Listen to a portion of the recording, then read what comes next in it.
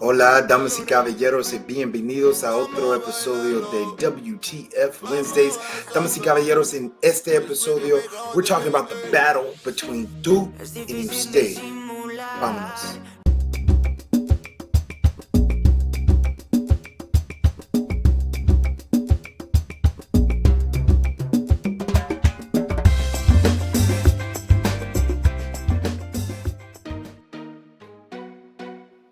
Hola, damas y caballeros, y bienvenidos a otro episodio de Carolina Language Solutions and Habla Conmigo TV, doing it together right here for you with WTF Wednesdays. Ladies and gentlemen, we're live and direct. In this week's episode, we're talking about the differences on when to use tú versus usted.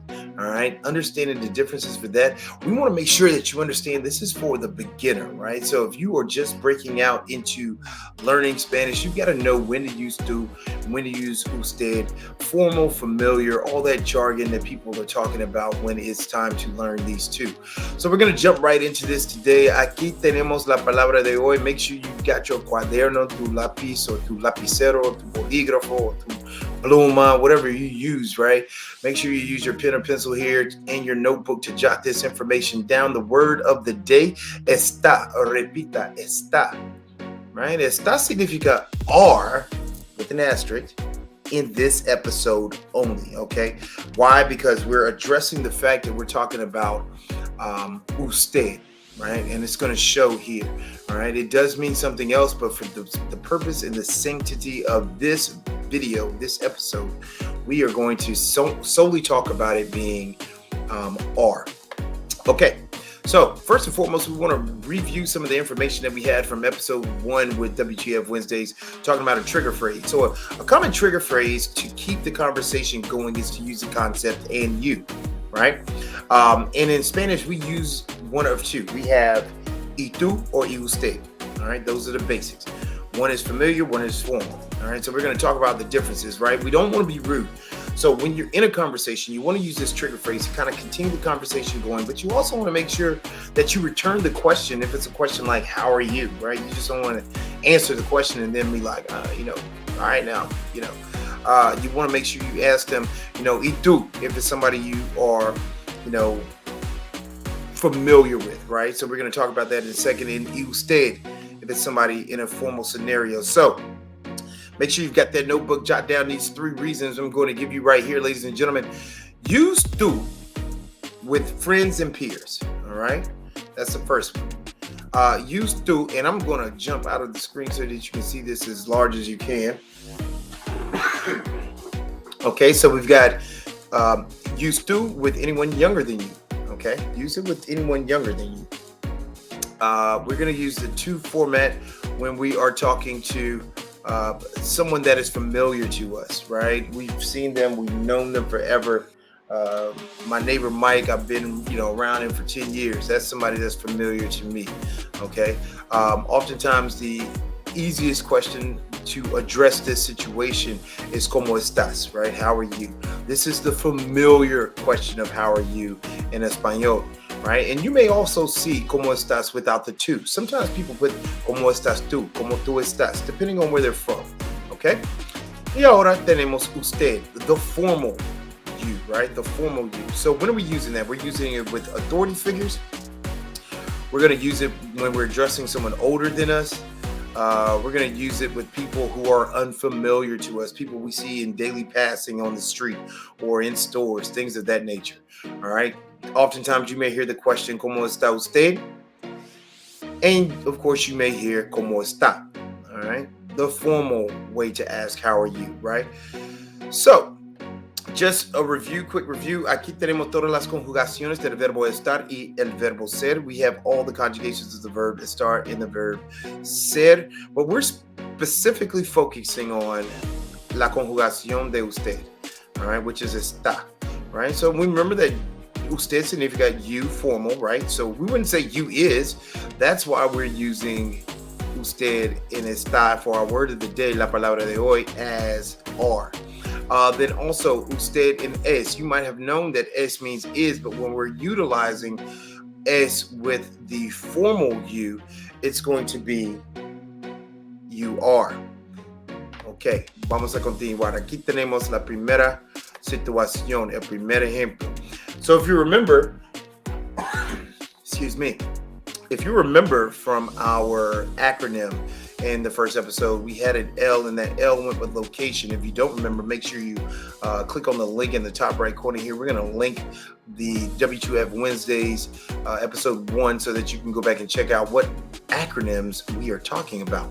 So we're talking about location here, and we want to use usted in a particular situation here about location. Usted está en mi asiento. Right.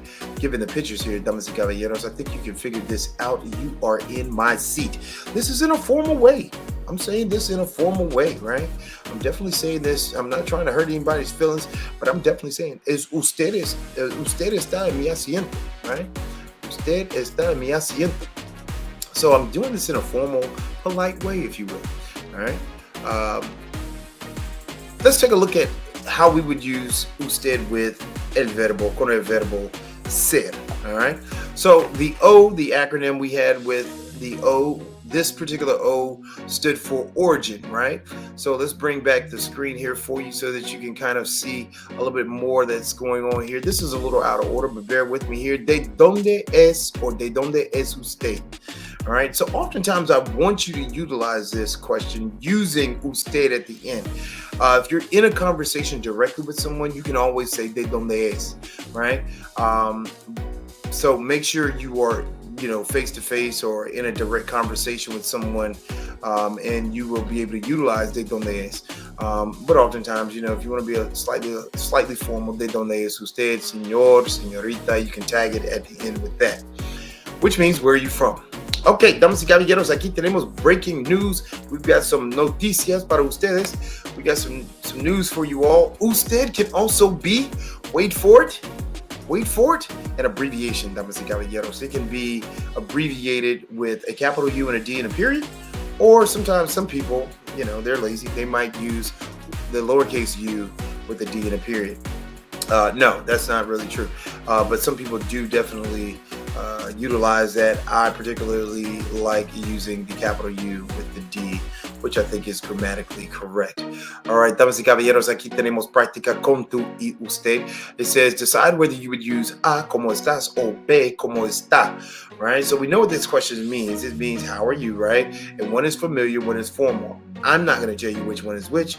You got to go back and check your notes for that one, right? So here we have 1 through 8, right? So what you're going to do is jot down A or B, depending on the person that they have over here next to you, next to the numbers here, 1 through 8. So if you want to get your answers checked, make sure you leave them in the comment section below. And I will come through and give you a comment, thumbs up, love it, whatever.